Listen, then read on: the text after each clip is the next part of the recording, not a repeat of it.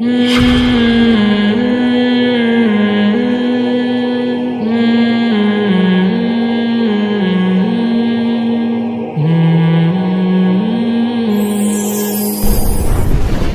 ایک میں ویڈیو دیکھ رہا تھا پرانی، امریکہ نے جب افغانستان سے جانے کا معاہدہ کیا تو امریکہ کے چینل اور ہمارے بھی بعض چینل، یا انڈیا کا چینل تھا، وہ کہہ رہا تھا کہ طالبان تعداد میں 75,000 ہے اور افغان آرمی 3.5 لاکھ.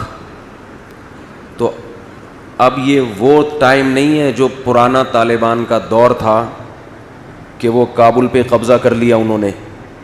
اب ان کو لوہے کے چنے چبانے پڑیں گے افغانستان پہ قبضہ کرنے کے لیے. وہ یہ بیان دے رہے تھے، اور طالبان آدھا افغانستان ایسے فتح کر چکے تھے جیسے انڈے لینے کے لیے نکلے ہوئے ہوں. گھر والوں نے بھیجا ہو، جیسے ہم جا رہے تھے نا دکان پہ انڈے لینے کے لیے، درمیان میں کوئی رکاوٹ ہوتی ہے بھائی؟ کوئی رکاوٹ ہوتی ہے؟ جب گھر والوں نے بھیجا ہے، کسی کا باپ بھی روک سکتا ہے آپ کو؟ بھئی آپ کی بیوی نے انڈے لینے کے لیے بھیجا ہے، کوئی روک سکتا ہے؟ کوئی بھی نہیں روک سکتا. آپ کو پتہ ہے تو لے کے آنا ہی آنا ہے، ورنہ گھر میں داخل نہیں ہو سکتا. ایسے جا رہے تھے. یوٹیوب ایک ایسی چیز ہے نا، ہر چیز کو محفوظ کر لیتا ہے. تو وہ محمد آفاق خان ہے نا، لندن والا، بڑا اچھے وہ کلپ بناتا ہے. اس نے کیا کیا کہ وہ پرانے ان کی نیوز اور اب موجودہ حالات وہ چلا رہے. ادھر بیان آ رہا ہے کہ اب ان کو پاپڑ بیلنے پڑیں گے، اب یہ فتح نہیں کر سکتے. ادھر خبر آ رہی ہے طالبان بیٹھے ہوئے ہیں صدارتی محل میں، چائے پی رہے ہیں بیٹھ کے. جتنی مزاحمت پہلے ہوئی تھی اس کا 1% بھی نہیں ہوئی ہے. وجہ کیا ہے؟ میں نیوٹرل ہو کے بیان کر رہا ہوں. یہ آپ یہ نہ سمجھے کہ میں طالبان کا حامی ہو کے کر رہا ہوں یا طالبان کا مخالف ہو کے. مجھے اس وقت آپ ایک نیوز اینکر سمجھیں. مجھے کیا سمجھیں؟ بالکل نیوٹرل. بلکہ فرض کر لیں میں طالبان کے خلاف ہوں نہیں ہوں، یہ تو اللہ ہی جانتا ہے نا. فرض کر لیں میں امریکہ کا حامی ہوں نہیں ہوں، یہ کون جانتا ہے؟ اللہ جانتا ہے. تو جب پہلے لڑائی ہوئی تھی تو اس لڑائی میں بہت، میں یہ عرض کر رہا ہوں کہ اب اتنے آرام سے کیوں چلے گئے، یہ سوال پیدا ہوتا ہے. اشرف غنی ایسے نکلے ہیں، اس طرح تو میں بھی پتلی گلی سے نہیں نکلتا. لوگوں سے ملاقات سے جب بچنا چاہتا ہوں نا، تو ہم نے بھی ایک پتلی گلی رکھی ہوئی ہے. اتنی اسپیڈ سے ہم نہیں نکلتے جتنی اسپیڈ سے وہ کابل چھوڑ کے نکلے ہیں. اور دنیا حیران ہے. امریکہ کا بیان آ رہا ہے کہ ہم نے افغان فورس کو اتنا تیار کیا کمبختو 11 دن بھی نہیں ٹھہر سکے. چلو شکست کھاتے کچھ دن تو ٹھہر جاتے. تو امریکہ کے صدر کی خدمت میں میں کائنڈلی ایک ریکویسٹ کرنا چاہتا ہوں کہ حضرت، دنیا کی آنکھوں پہ پٹی نہیں بندھی ہوئی. انہوں نے دیکھا کہ 52 کنٹریز سے جس قوم نے لڑائی لڑی ہو، جس میں دنیا کے بڑی سے بڑی پاورفل قوتیں ہوں، ان کے سامنے جو نہ جھکے، وہ ان کے سامنے کیسے جھک جائیں گے؟ ان کو پتا تھا کہ اب نہیں لڑ سکتے. ملا عبد الغنی کا جب قطر میں مذاکرات ہو رہے تھے نا، تو اطلاعات آئی ہیں کہ یہ مذاکرات ناکامی کی طرف جا رہے تھے.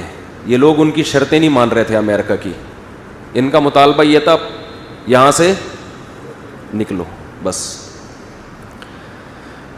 تو کہا جاتا ہے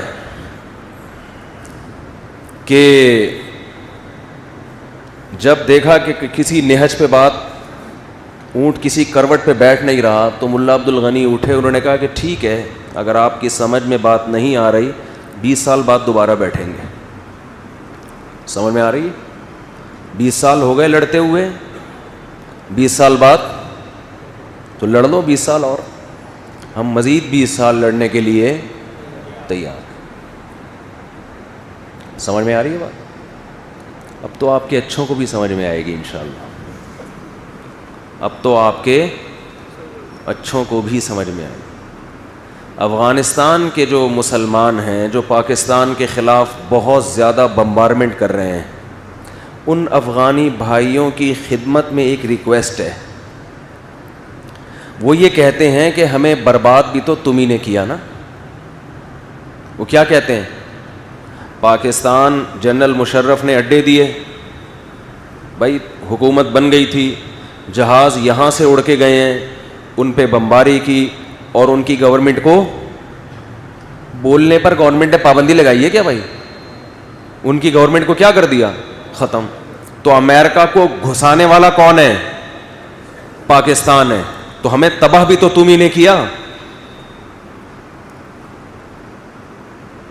یہ ہمارے جو افغانستان میں رہنے والے مسلمان بھائی ہیں وہ پاکستان سے نفرت اس بیس پہ کر رہے ہیں. تو ان کی خدمت میں عرض یہ ہے کہ ہم کبھی بھی اپنے ملک کے اس اقدام کی نہ اس وقت حمایت کرتے تھے اور نہ اب.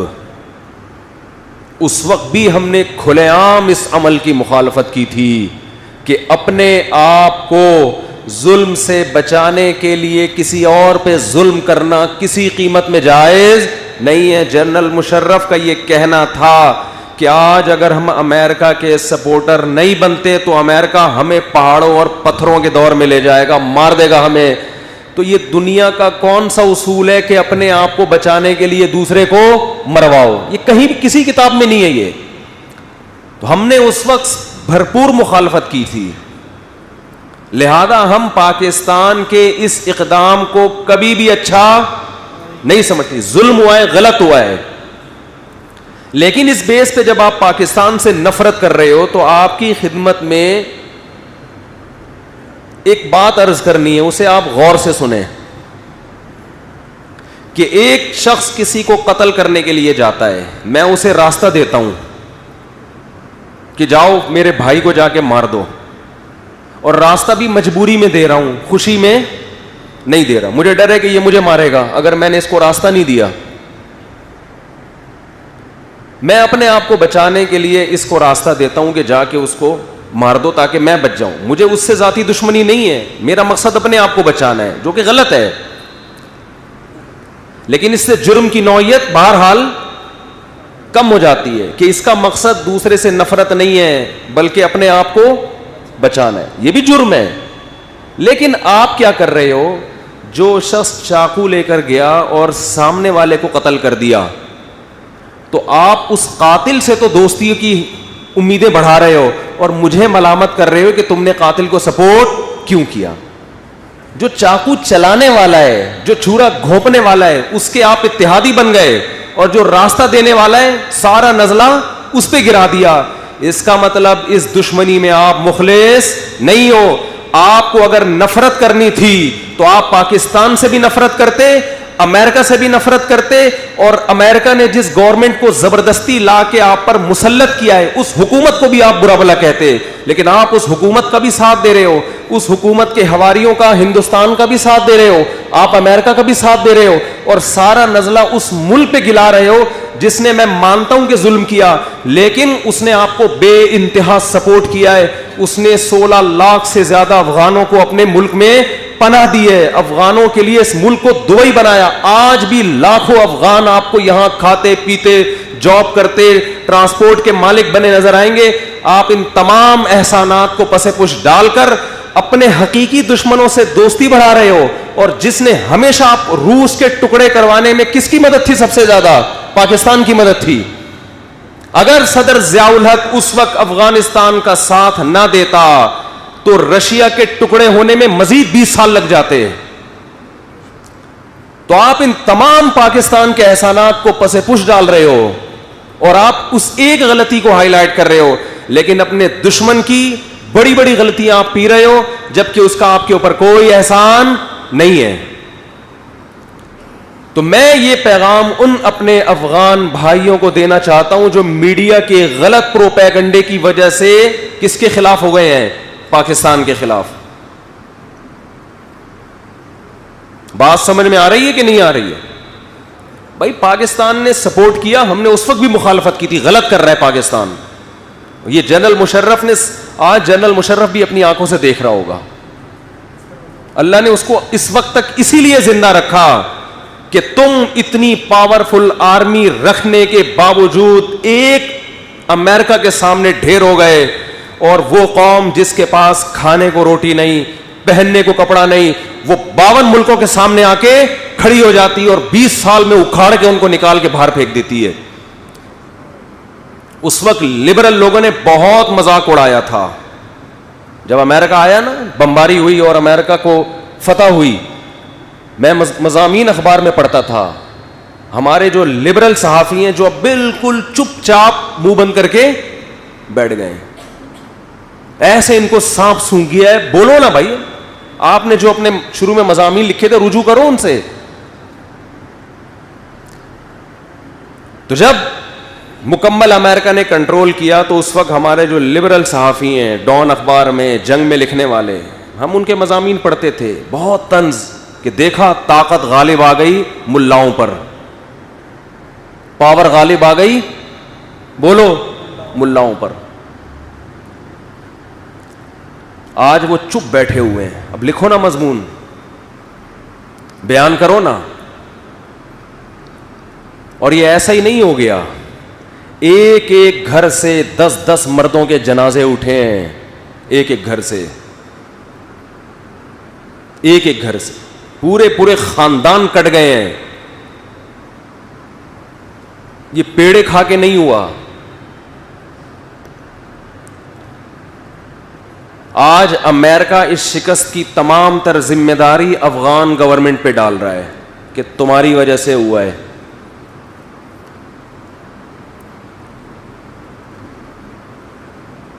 یہ لڑنے کے قابل نہیں ہے, یہ اپنی قوم کے ساتھ مخلص نہیں ہے.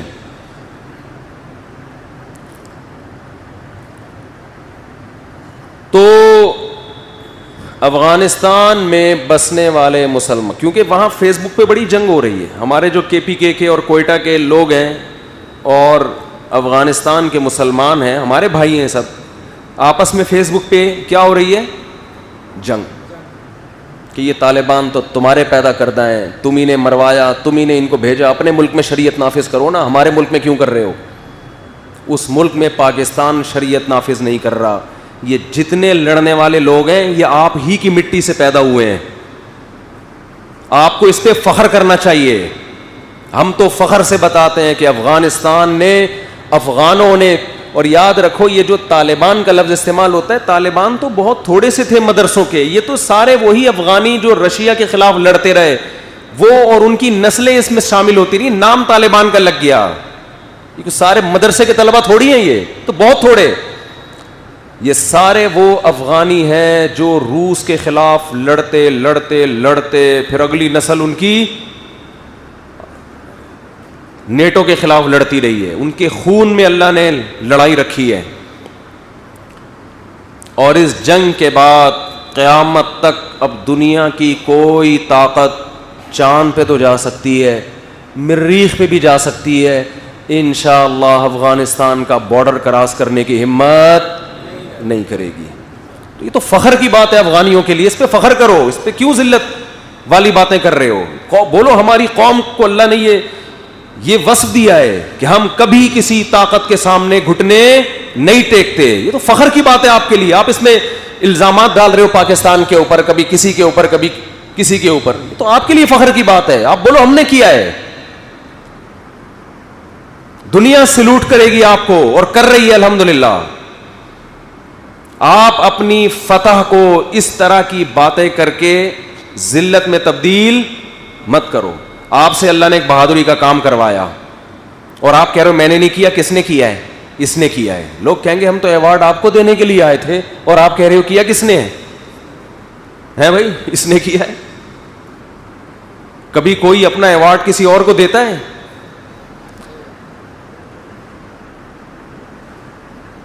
سب سے پہلے برطانیہ کو شکست دی. برطانیہ بھی اس ریچھ کی طرح تھا جہاں قدم رکھتا پیچھے نہیں ہٹتا. اس کے بعد رشیا آیا. اس کو تو سفید ہاتھی کہا جاتا تھا. پاؤں رکھنا تو جانتا تھا, اس میں ریورس گیئر بولو بعض وہ نہیں ایسی گاڑی تھی رکشے میں ریورس گیئر ہوتا ہے, ہوتا ہے اب ہونے لگا ہوگا, سنا پہلے نہیں ہوتا تھا. وہ ایک 50 آتی تھی, 50 بائک ہوتی تھی, اس میں ریورس, بائکوں میں تو ویسے ہی نہیں ہوتا ریورس گیئر, وہ کلچ کے بغیر گیئر لگتا تھا اس میں. تو جیسے بائک میں ریورس گیئر نہیں ہوتا, رشیا کے پاس بھی ریورس ہونے کا کوئی راستہ نہیں تھا. اس نے یہ آپشن رکھا ہی نہیں تھا ریورس گیئر والا. اس نے کہا تھا جہاں جائیں گے آگے ہی جائیں گے.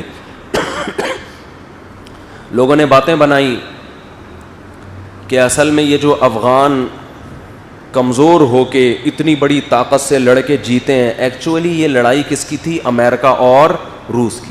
یعنی وہ ماننے کے لیے تیار نہیں ہے کہ خدا بھی کچھ کر سکتا ہے. حالانکہ اس لڑائی میں امریکہ بہت بعد میں آیا ہے, بہت بعد میں آیا ہے. آپ افغانوں کے بوڑھوں سے پوچھو, وہ کہتے ہیں ہم نے غلیلوں سے جنگ لڑی ہے, ہم بندوق چلانا نہیں جانتے تھے.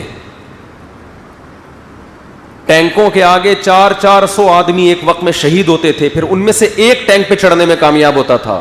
یہ تو وہاں کی تاریخ ہے.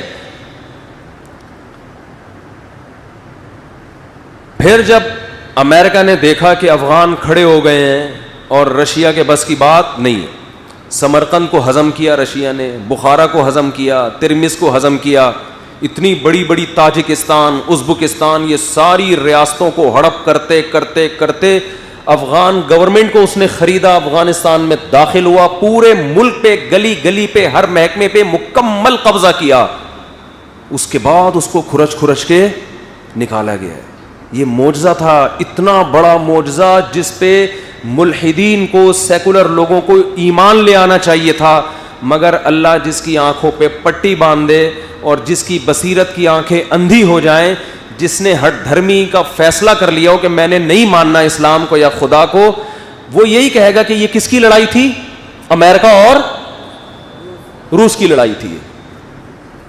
لوگوں نے کہا اس وقت, ہمیں یاد ہے ہم چھوٹے بچے تھے, بحثیں ہماری بھی ہوتی تھیں کہ کہاں سے روس کی امریکہ کی لڑائی ہو گئی بھائی, سارے تو افغانی لڑ رہے ہیں. افغانی یہاں آتے تھے جو پناہ گزین بتاتے تھے میرا باپ شہید ہو گیا, میرا بھائی شہید ہو گیا, اور ہم گارا اٹھا اٹھا کے ٹینکوں کے شیشوں پہ مارتے تھے تاکہ وہ شیشے کیا ہو جائیں, اندھے. ایک ایک گلی سے, ایک ایک محلے سے کھرچ کھرچ کے رشیا کی ایک بہت پاورفل آرمی کو انہوں نے نکالا ہے. 16 لاکھ تو رپورٹ ہے, قربانیاں 16 لاکھ سے کئی گنا زیادہ لوگوں نے دی ہیں. ہر گلی, ہر کھمبا وہاں پر آپ کو گولی کا نشان نظر آئے گا. گلیوں گلیوں میں لڑائی ہوئی ہے. اور یہ لڑائی وہاں کی آرمی نے نہیں لڑی, وہاں کی عوام نے, کہ ہم نہیں برداشت کریں گے.